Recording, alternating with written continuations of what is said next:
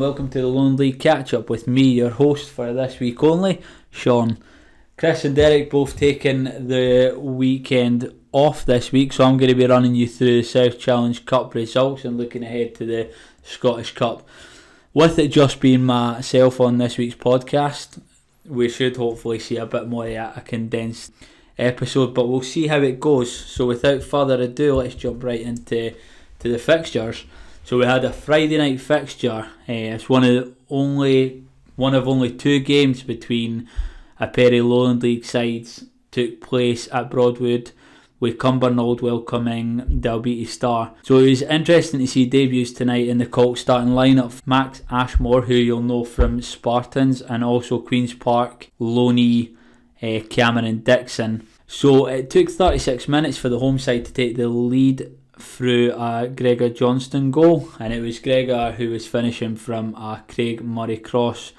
That goal gave Cumbernauld Colts a 1-0 win and a pass into the third round of the South Challenge Cup. Dalbeattie Star did come back into the match in the second half, and if it was for a bit of better finishing, Cumbernauld Colts putting it out there that they could quite easily have taken something away. So from that Friday night matchup, it was Cumbernauld Colts that were the first team to progress through to round 3.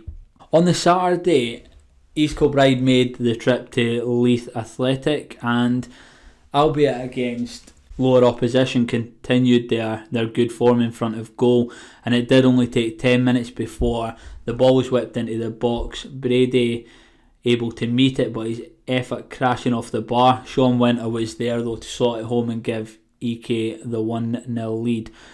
19 minutes later, on the 29th minute, it was McGrath who switched the ball to Payton, who heads across the goal, and Sean Winter there again was able to head the ball by the keeper, making it 2-0 to East Kilbride against Leith Athletic. Both sides went into half time with the score at 2-0, and in the second half East Kilbride continued with a good form, and on the 57th minute it was Danger who made a great run into the Leith box, slips the ball to Payton, who smashes the ball home to make it 3-0.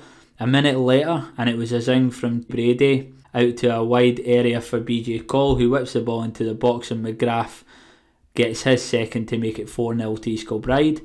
On the hour mark, it was Leith who were able to pull a goal back, 4-1 to East Kilbride, and then just before full time, Payton was able to step up to the spot and slot home a penalty to give East Kilbride the 5-1 win. By the time this goes out, we should know these round 3 fixtures as well, so it'll be interesting to see some of these ties and who East Kilbride can pull out of the hat for the third round. So next up, it was Berwick Rangers making the trip to Tranent.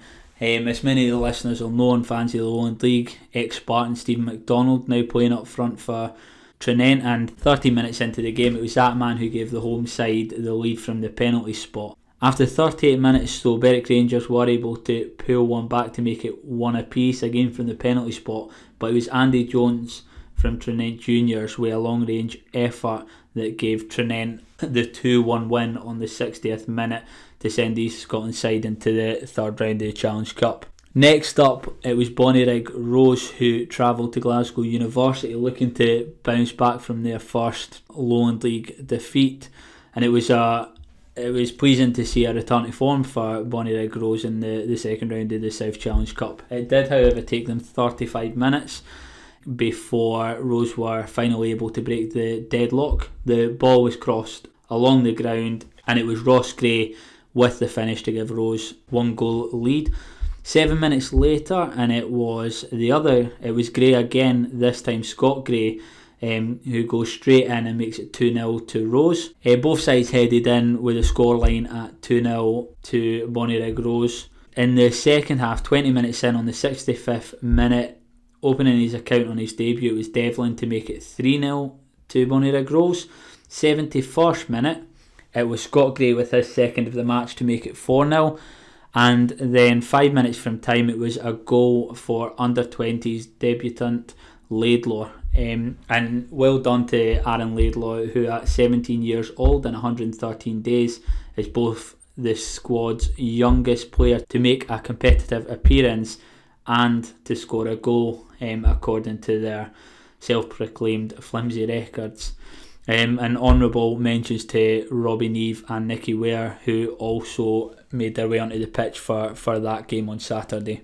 Next up was one of the closer ties from Saturday, with Bonesh United welcoming the Lowland League's BSC Glasgow.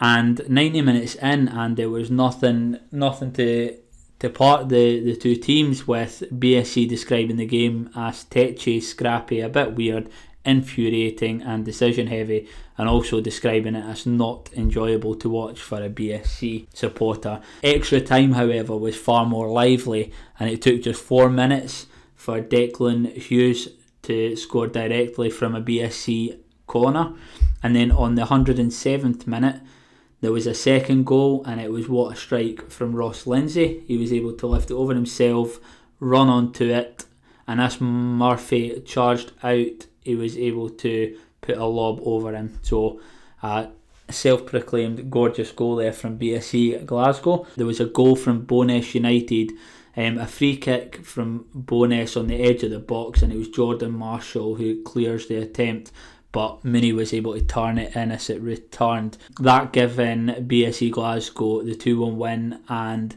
a place in the third round of the South Challenge Cup. Next up, we had Sauchie playing against Lowland League opposition for the second time this season, this time welcoming civil service strollers. And it wasn't the best start for Sauchie, as 5 minutes in it was Josh Morris who was able to score to give the visitors the lead. An hour in, the home side were able to level the game with a perfectly placed shot into the top corner to make it 1-1, but on the 78th minute, Morris was able to bag his second of the afternoon with a lovely header from 10 yards out, which left the keeper with no chance. That giving civil service strollers a 2-1 win. Spartans, who made the trip to Canoe, and in similar fashion, 8 minutes in, it was a goal from Aaron Murrell, who, according to Spartans Twitter guy, plays it cool in Canoe, to keep his composure after beating the offside trap to drill low under the keeper to put Spartans 1-0 up. Spartans did hit the net again just before half time, but was disallowed for an offside call.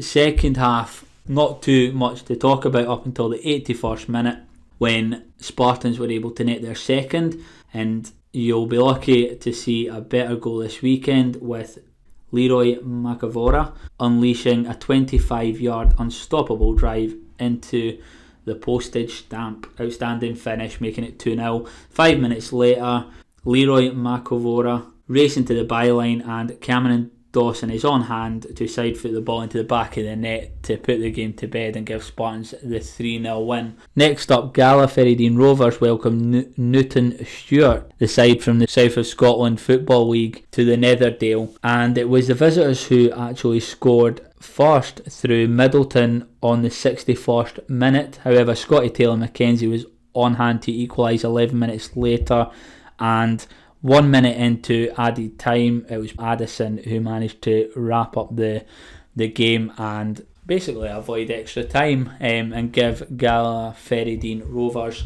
the win and a place in the third round of the South Challenge Cup. Next up, we had East of Scotland side Linlithgow Rose welcoming Gretna to Prestonfield Park, and 7 minutes in, and it was Sam Columbine for Linlithgow who found the back of the net to make it 1-0 to Linlithgow. 5 minutes later, on the 12th minute, Colin Strickland made it 2-0, and just before half time, Owen Ronald made it 3-0 to Linlithgow Rose. So not the greatest of first halves for Gretna 2008, as their unfortunate form continues. Gretna did manage to pull one back in the 73rd minute to make it 3-1. However, goals in the 75th minute and 88th minute from Rory McLennan and Darren Smith for Linlithgow Rose meant Gretna exited the Challenge Cup in the second round, and Linlithgow progressed to the third round.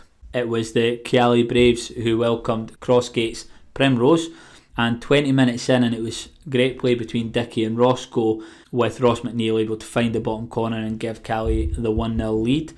20 minutes later, it was a second for Ross McNeil. This time, Mark Kelly was able to find him on the edge of the box and fire past the keeper to make it 2-0. On the 67th minute, it was Neil McLaughlin that was able to beat the offside trap and round the keeper to tap home and make it 3-0. And on the 90th minute, McLaughlin was able to grab his second with a well-placed shot from the edge of the box, giving Kelly Braves the 4-0 win in that home game. We had the second game involving two sides from the Lowland League as Vale of Leithen welcomed Kelty Hearts to Victoria Park. And 14 minutes in, and it was a goal from Vale of Leithen, Alex Imla slotting home the opener for the home side, so a brilliant start from Vale there.